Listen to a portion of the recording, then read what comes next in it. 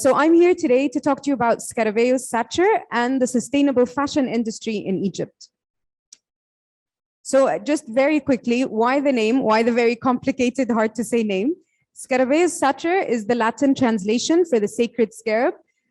We all know the scarab, الغعران المصري من الفراعنة, and the idea was that the scarab was a symbol for resurrection and revival and rebirth.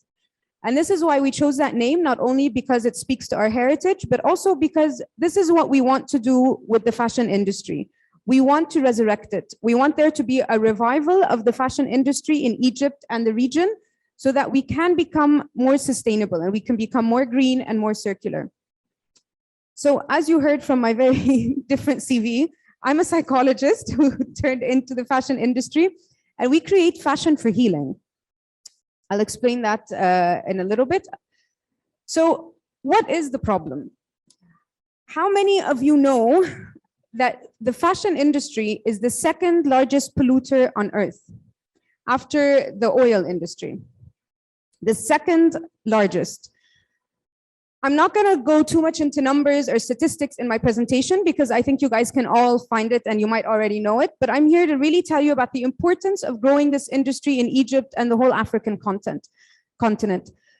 So not only is it the second biggest polluter, but what is the problem with fast fashion? Some people don't even know that there's something called fast fashion versus slow fashion or circular fashion or sustainable fashion. The idea is, a long time ago, people used to only produce 2 collections per year, spring, summer, and fall, winter. Now you have a lot of brands that are actually producing 20 collections per year, producing new styles every week even. So the problem with that is that we have mass-produced products that are very low quality, that are produced with very cheap materials, and that usually end up in landfills. And you can see the picture behind here. We have landfills all over the world, specifically on the African continent. And they end up just either being burned or staying there or not being biodegradable for many, many years. And the problem is that fast fashion is trendy. People still, till today, a lot of people buy fast fashion because that's what's in, not realizing the harm that they're creating on the planet. So what's the problem with fast fashion? We're not using eco-friendly materials. We all are aware of climate change. We're all aware that the earth is heating up. Part of that problem are the carbon emissions created from fast fashion in the entire supply chain, from the agriculture and the way things are actually grown, all the way to when the product reaches your closet. From growing these crops, from the manufacturing of them to shipping, delivering, all of these things create such high CO2 emissions that the fashion industry's carbon footprint is extremely high. Not only are we talking about the lack of eco-friendly materials, but we're also talking about a bigger problem: the ethics and the ethical manufacturing practices that are lacking. Have any of you heard of this incident in 2013 in Rana Plaza in Bangladesh? Most people haven't, and that is exactly the problem. A lot of us have heard about sweatshops. A lot of us have heard about very unethical conditions happening in manufacturing facilities. So this incident happened where hundreds of people, adults and children, died because of the collapse of the Rana Plaza factory. It collapsed because of inhumane working conditions, because people were put in conditions where they were not given fair wages, where they were not working in safe conditions, where they sometimes weren't even allowed to take breaks during their work, not given overtime, etc., etc. So a whole movement began after 2013. It's called Fashion Revolution. Fashion Revolution is calling for transparency and traceability in the fashion industry. It's calling for ethical manufacturing practices. So we're talking about no child labor. We're talking about people given minimum wage or fair wages. We're talking about working in conditions that are actually humane. And this is something, believe it or not, that we can achieve in Egypt, and it's already happening. So what's the solution? The solution is, yes, of course, Scarabaeus Sacer, but the solution is that we really need to develop the sustainable fashion industry in Egypt. the picture that you see on the left, who made my clothes, this is the fashion revolution movement. And they're calling for consumers to not only know who is making my clothes, so that I'm making sure that a 10-year-old child in whatever country is not making my clothes, but they're also calling for you to say, what's in my clothes? So you need to know, what are my clothes made out of? Are they made out of polyester? Are they made out of lycra? Are they made out of cotton, organic cotton, sustainable materials? Consumers need to be informed. The future of fashion is slow. It's circular, it's ethical, and it's sustainable. And if you just need to go abroad, you need to go to Europe, you need to go to the US to realize that everything is moving in that direction. The whole world is moving into sustainability, and Egypt has to also join that. So I'm going to show you a very short video here. As I was talking about raising awareness, part of what we do as a brand is not just produce clothing. We're not a typical fashion brand, but we also care deeply about informing the public. Because sustainability is a very premature industry in Egypt and the continent, it's very important for us to tell people what sustainability actually means. So I'm going to show you a very short video about a series we created called The Green Room, where we brought experts in the field in Egypt and abroad to talk about what sustainability is all about. We decided to start this series to talk about sustainable fashion, and especially in Egypt. Sustainable fashion is basically fashion that respects the 3P, which is the people, planet, and profit. We also try and buy dead stock fabric from our suppliers instead of buying new fabrics. So our idea is to give the woman an opportunity to be trained. The way the workers are treated, the salaries, the working conditions, that's under the ethical side of things. أفكر وأنا بشتري المنتج ده قد إيه المنتج دوت هيأثر على البيئة، يبقى أنا كأني بفكر قد إيه هو هيأثر على صحتي وصحة ولادي. A lot of people don't understand how dangerous, how we're on the edge, literally on the edge. We need a lot more of effort and more awareness and collaborating together. For everybody listening, for everybody who buys clothes, which is everybody, you have the power. You really do. It's not the brands. You are the one that can actually get things changing. So that was just a very brief collective of the campaign that we had run at the time. One of the biggest problems we face in Egypt is that people really don't understand what sustainable fashion means.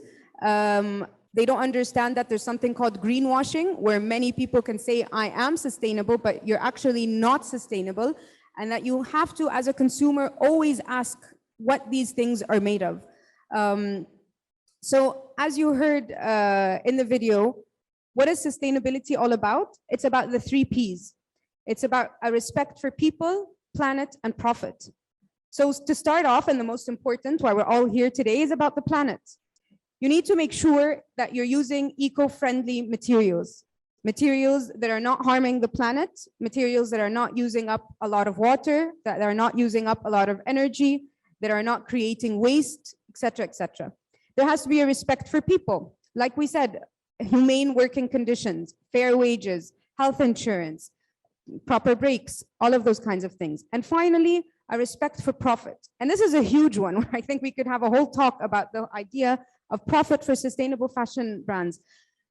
You need to be profitable in order to be sustainable. I think anyone who has a green initiative knows that if you're not able to make money off of what you're doing, you will not last, and consequently, you will not be able to actually benefit the planet and benefit the economy.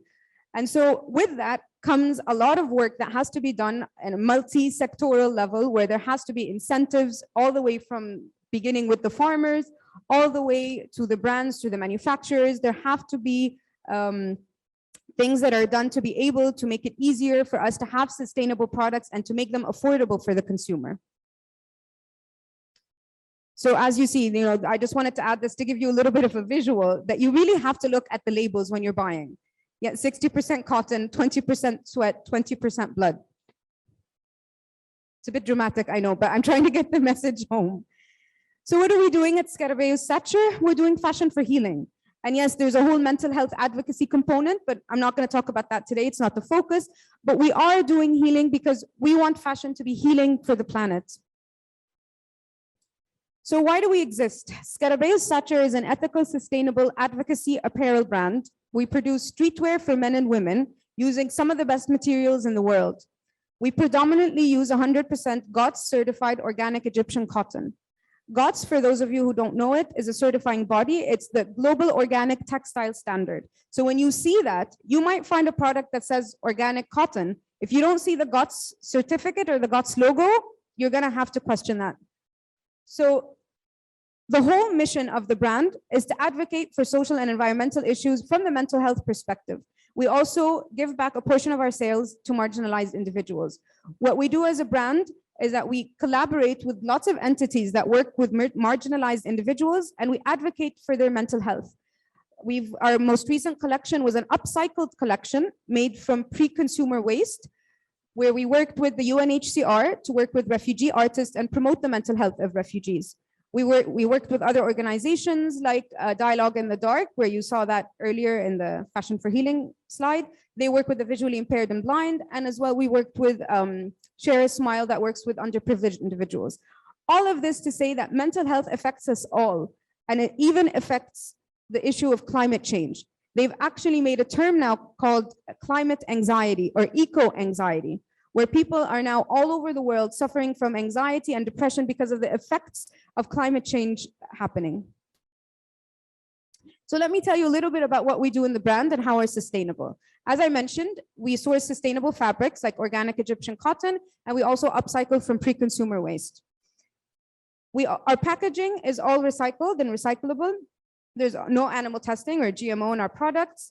We have a fully traceable supply chain. We are actually working currently on adopting blockchain technology to trace our entire supply chain. So very soon, consumers will be able to scan a QR code on our products and see the entire supply chain, starting from when the cotton is being picked, all the way up to when the product is in your closet.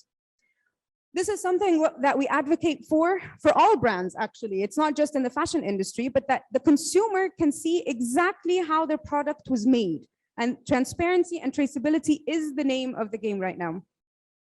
And most importantly, when we talked about ethical manufacturing practices, we have to talk about fair trade. The manufacturing facility we work with are certified fair trade, which means that there's also an international certifying body that has seen that the practices that are happening inside that factory are according to the fair trade standards. So people are given fair wages, they're in good working conditions, and all of the things that we had talked about.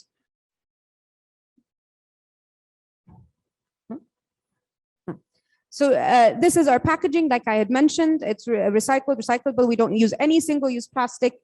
It's doable. It's hard. It's expensive, but it's doable. And we're very aware and very keen to make packaging that is reusable. Because yes, it's good that it's made out of eco-friendly materials, but it's also important that we have no waste. So when we talk about reusable packaging, people have used our packaging over and over again to, store things in it, to make games, to use it in many different ways, and that's really important. So just to give you a very quick glimpse of some of our products made out of organic Egyptian cotton or upcycling. And now I just want to talk very briefly about the idea of demand. So is there a demand for sustainable products? Globally, there definitely is.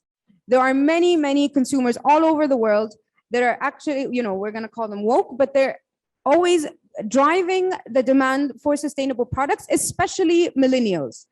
They're the ones who are now demanding sustainable products.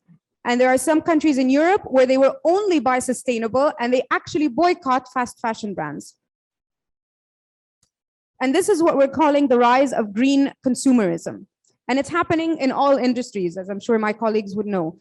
As we know, 61% are millennials that are driving the demand for green consumerism, age group 22 to 35. And they're looking at packaging, they're looking at biodegradability, they're looking at how long this product is going to stay in my hands and out of landfills. And 61% of consumers say that they're likely to switch to a brand that is more environmentally friendly than their current brand. So the demand is certainly there. Big brands all over the world are also moving into sustainability.